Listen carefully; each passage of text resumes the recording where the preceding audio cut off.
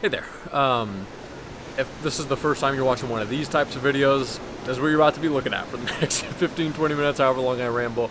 This is just going to be like my unfiltered, unedited thoughts. I've got some general ideas of where I'm going to take you. We'll talk about some safety things here in Cape Town, what it was like living here, kind of just my main takeaways, because this is a very interesting place that I always just leave feeling kind of confused. So we're going to kind of talk about all that. Hopefully you can hear me. Sorry, this isn't meant to be kind of a flex. I'm sitting in my Airbnb patio and use that as the context for everything in this video, as it's kind of absurd where I'm sitting and how good I have it right now. So Cape Town, I think, comes down to like two words for me, or has two effects: captivating and humbled. Kind of everything that you do, you are humbled in some way. And for context, I spent 2 months here in Cape Town last year, and Sarah and I both loved it so much that we came back again this year because we wanted to experience more. We realized we didn't get the full experience. If you've never been here, you probably have a very different perception of what it is like compared to what it actually is like. So we wanted to get more of an experience for ourselves. And immediately, like, when you see something like this, humbled, and they're like, oh my gosh, like, this place is just unbelievably beautiful. The raw nature is humbling, because you're like, wow, this is Mother Nature. This is Mother Nature at work. Like, I know typically when we travel, we're doing cities, and yes, we're getting to see some beautiful nature stuff, but Cape Town somehow just takes it to another level. At the same time, humbled because the wealth disparity is, it's just so prevalent. Like, you can't not talk about it coming to Cape Town. And I think that does get talked about in a lot of different ways. Typically, I think it gets brought up like in the safety things, like, is this going to be a safe place for me to travel? And we'll get into that. But yeah, I guess one of the first ways, when we stopped and got off the plane, first kind of humbling moment when you realize, wow, just how good you have it. When you're going through immigration and they're saying, hey, where are you going to be? How long are you going to be here? So on and so forth. Of course, they check all of our documents, and in that, they could see how much I paid for the Airbnb, which was not cheap. I paid a couple $1,000s, for this. And the immigration kind of border control person said, wow, that's a lot to be paying for an Airbnb. I hope you got something nice. And it's just like, oh. And you realize that, you're like, it's such a humbling experience when you're like, wow, somebody who has it better off than so many others here in Cape Town. I'm getting comments like that, and it's impossible not to feel that way the entire time that you're here. And note that this is not normal for me. This has been a magical, special, weird, confusing, just really incredible time for us here. Last time we weren't in this area. We were still in a privileged, relatively wealthy area. We had an opportunity to stay here with a few things, and yeah, it's different. But where am I going with this? The feelings that you have here, the things that you experience, are just always so humbling and captivating. You see the beauty. You do some of the things like, the Lion's Head moonlight hike. We did this beautiful moonlight hike to watch the sunset, and like, you just don't have words for like how beautiful it is. You go up to Table Mountain for the first time, you don't have words. You see the Cape of Good Hope down at the bottom of the world, see the oceans merge, and you don't have words. You see the poverty, the people, the conditions in which people are living in, and you don't have words. You wonder how you can help, and like, you don't have words. Like, you don't know where to begin. It is some loud birds there. You really do have. It's common when you're walking, and we'll get to the safety element of that in a second. But when you're walking, pretty much every trash can that you're going by, you will likely see somebody interacting with that trash can, looking for something to eat because they are hungry. The poverty is so widespread, and it is just it's challenging, obviously, and again, humbling. We'll get into safety in just a second. With everything I'm about to say, please, I'd love to know your experience. If you've ever traveled here, if you're a local, I'd love to hear the perspectives. I just want to make sure that the comment sections stay kind and well-intentioned. There's a lot of sensitive topics around, all of this stuff. But from a safety standpoint, everybody always asks just, is Cape Town safe? Is it safe for me to travel there? Should I do it? And it seems that there's a lot of people who are so put off by the idea. You've probably read a lot of things, how there is no other country with as much crime, in the world, and it's easy to go down a rabbit hole of saying, wow, I am never going there. That does not sound safe. That is not how I feel. I have felt far more uncomfortable in other countries. I'm not going to jump into all of them, but there's definitely an element of you recognize when you're here that things are different, and it's one of those places where your head is just on a swivel. You're just aware that things could happen, and I don't know if I have that perception because I actually think something could happen, or if it's because I have been conditioned by everything that kind of Western media tells you about South Africa, how it's unsafe. So it's tough to distinguish what the reality is. But I do recognize that I do have those thoughts when I'm walking down the street. When Sarah and I are walking into town, pretty much always make sure that we're doing it together. Try not to have her go by herself. Although there are a few times where she's done it and she's wanted to, and she's been just fine and always felt safe. We always typically walk during the days. When it's nighttime, we're pretty good about making sure that we're Ubering and in safe areas, and we do our research. And I think that really is the critical point here. If you're asking yourself, is a trip safe for me? I guess I'd ask you, have you traveled before, and do you have common sense? And I know that can be patronizing. I don't want it to come across use common sense, you'll be fine. No, there is more at risk here. But I lived in Chicago for a while, and Chicago was kind of always the same thing. A lot of friends who were visiting from out of town were saying, hey, are we going to be safe? Is Chicago safe? Because it's, a place where there's a lot of crime as well. And if you're familiar with Chicago, you'll know there are pockets. Overall, most people would say that Chicago is a safe city if you're going to where the tourists are going to be. There are pockets and neighborhoods where it's very unsafe to wander in Chicago, and I'd say it's a similar type of effect here, and I'm not meaning to say that this is Chicago or should be compared, but it is similar in that there are very unsafe areas. However, I think that most tourists, especially those who do the research, aren't ever going to wander into those areas. And I think these safety concerns are maybe a little bit overblown by Western media, and there's some fear gaming going on there, but I do recognize that there are very real concerns. But if you are in Cape Town itself, I do in general think that this is a safe enough place to travel, even as a solo, traveler. It's just making sure that you're really paying attention to those typical safety things, right? Don't walk alone at night. Certainly probably not best to, be wandering streets where there aren't people, if it's dark. Not wearing flashy things, not trying to make yourself a target, but in general, you will find there are plenty of people walking around, there are families, there are kids. I personally, in the 4 months that I've spent time living here, I have not witnessed anything that has given me that pause and oh man, am I in a really unsafe situation? But I'm not saying that doesn't exist. It's just been my experience, which is a part of, again, the humbling experience, recognizing that I am in a bubble here, and if you come to Cape Town, you will likely be in that bubble as well.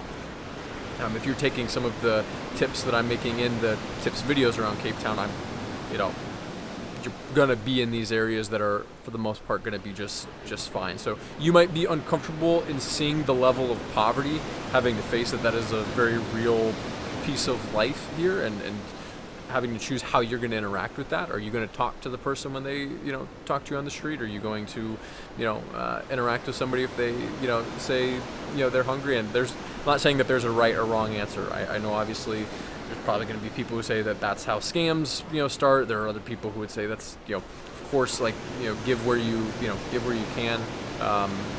So I'm not going to tell you what's right or wrong. I'm just saying you will be faced with those opportunities to decide for yourself how you're going to interact. I hope that covers some of the safety stuff. It's also a humbling place in that a lot of other places that I travel, I always feel like I'm still pretty connected to like the U.S. and Western culture, meaning, you know, sports highlights. You still will see them, even, you know, if you're in Europe, you're going to interact with a lot of, you know, U.S., you know, travelers. Culture is going to be similar. And here it's so interesting because culture in some ways feels similar because you're hearing English being spoken, and that, you know, is comforting and helpful as somebody, you know, whose first and only language is English. At the same time, you're so detached from like the U.S. culture, and that like nobody here is ever talking about what's going on in the U.S. And I love that. Like, it feels like you truly just like detach when you're in Cape Town. You're in your own little world. There are just other things to be thinking and worrying and focusing on, and that are well worth your attention and energy. There was one time earlier on in this trip where some main, I guess, like power cable got cut underneath the ocean from Europe to Africa. So everybody lost like Wi-Fi for a while, as well as cell coverage. Like everything was just out. And for me, it was like almost 2 full days. I don't know how it was for everybody, but you know, for most folks, it was at least, you know, full day. And it was, again, just like a really interesting, you know, time of being like, none of us have, you know, our phones. None of us are connected with the outside world. What's gonna happen? And like nothing, you know, like it's just like, oh, life goes on, and there are even less people with their phones out, and like you're just in the moment, like taking in, you know, like moments like this, and it's just beautiful. And I don't know, it was a cool experience just to see everybody go on, and you realize that, again, that humbling moment, like you are so little, you are just a speck on this piece of, you know, floating rock, and we're just down here at the bottom of the world, like, and it's just such a interesting place. I think another thing, again, like humbling experience, and like talking about the 2 different times I've stayed here. So the first time that I stayed here, like I said, was not staying in an Airbnb, anything like this. It was still gorgeous. Like probably the nicest 2 Airbnbs that I've ever stayed at were here in Cape Town, but this one's a whole nother level. But I was still dealing with load shedding at the first place that we stayed. If you're not familiar, load shedding is where the government has to kill the power. There's energy crisis, and I think a lot of corruption and a lot of stuff, and we're not going to get into all of that, but point is that for locals, a part of daily life is checking a schedule. You have this app on your phone, and you see, when is my power going to get cut? Some days it might not. Some days it's going to get cut for a couple hours. Some days it might be for a pretty lengthy period of time. And there are challenges and just interesting things that you learn going through that. And we experienced that in our first 2 months of living here. That was a part of daily life, making sure devices were charged, make sure that we knew what that schedule was. And to some degree, I don't want to say it controls your life, but it is very present, because the second that you take your focus off of it and aren't recognizing, you know, what's going to happen when the power gets shut off, you end up finding yourself in a situation where, like, well, dang, like, what am I going to do for one reason or another? Maybe it's you can't cook a meal. Maybe it's you can't open the garage or get into, you know, your place. Maybe it's, you know, you can't do whatever. You know, imagine just not having power and how many things that would, you know, impact, not having Wi-Fi. And then staying in this Airbnb the second time was very different, because there's a backup generator. So when load shedding happens here, the only thing that doesn't work here is the oven. Everything else works. And I can't tell you how weird it is reflecting on like the 2 different experiences, living, you know, a few blocks from, you know, the last place that I was at, you know, in Cape Town, and how much of a difference that has. When you're having to think about, is the power going to get shut off, or when is the power getting shut off?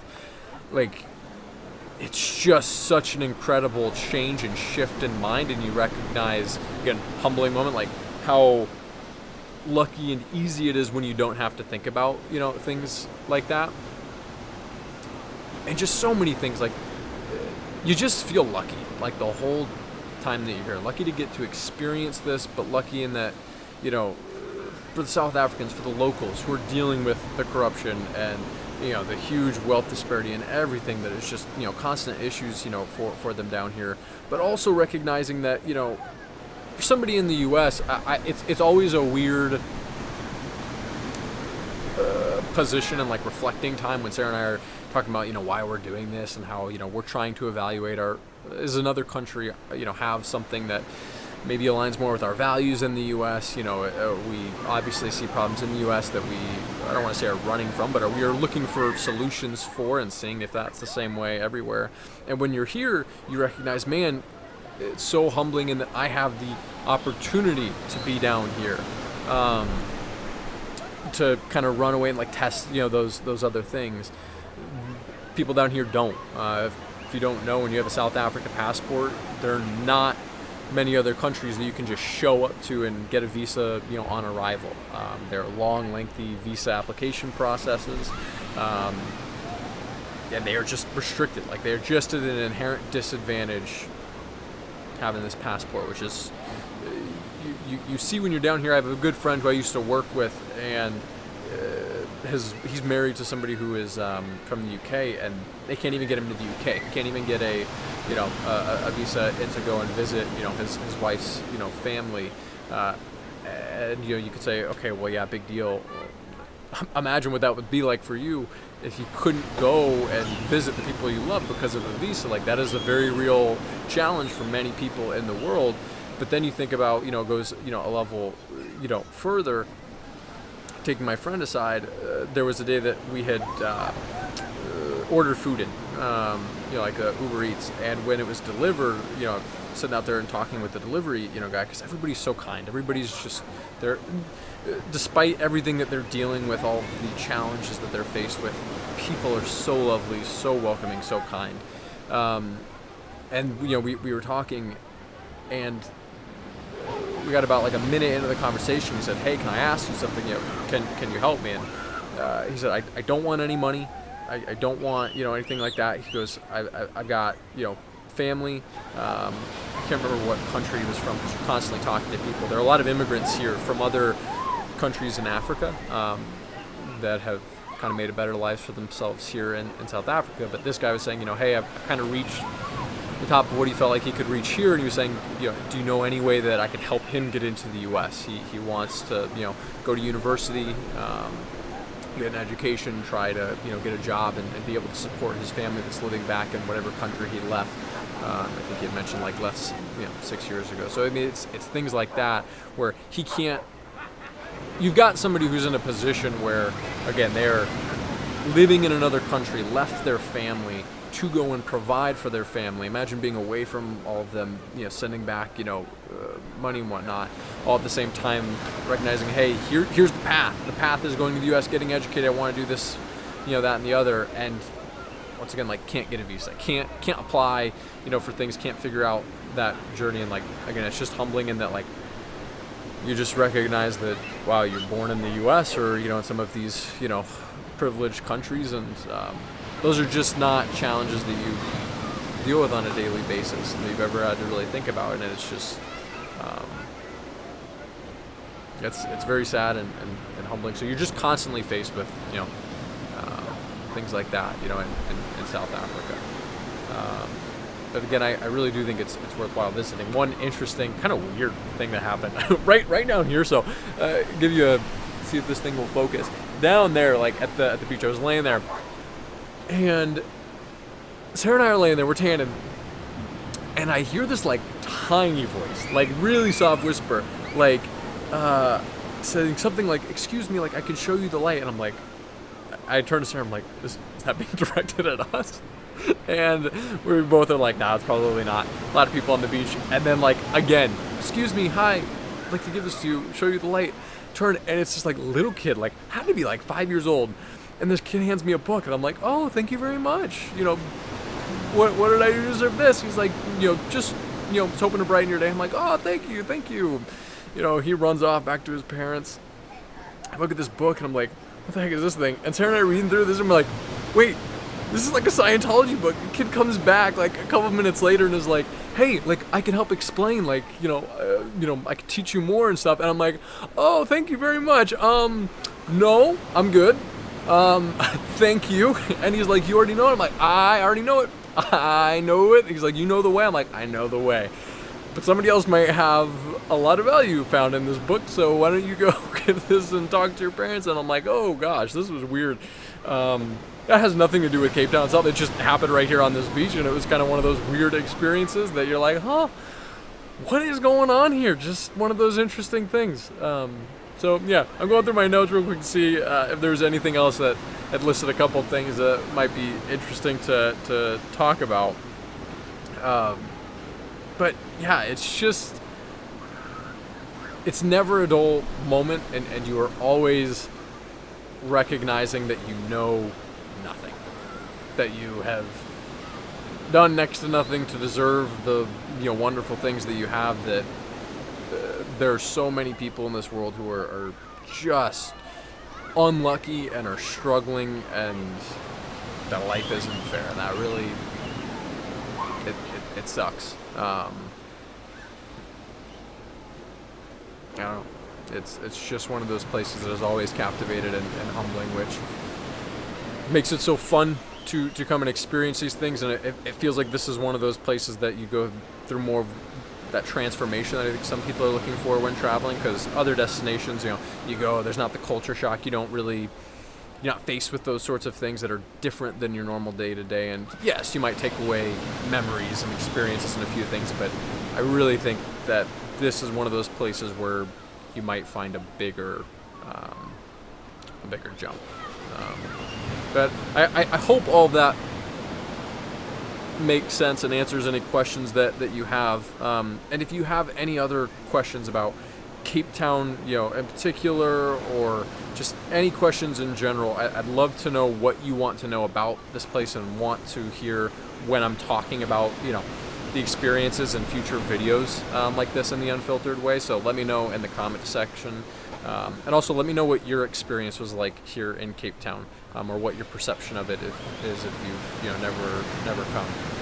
And again, please keep things civil. And if you're a local, thank you so much for always having a smile. I feel like people are always smiling here. And thanks for letting me get a glimpse of this pretty spectacular area of the world. That's really special. So we'll catch you guys next time. And yeah, what a weird intro. Okay, bye.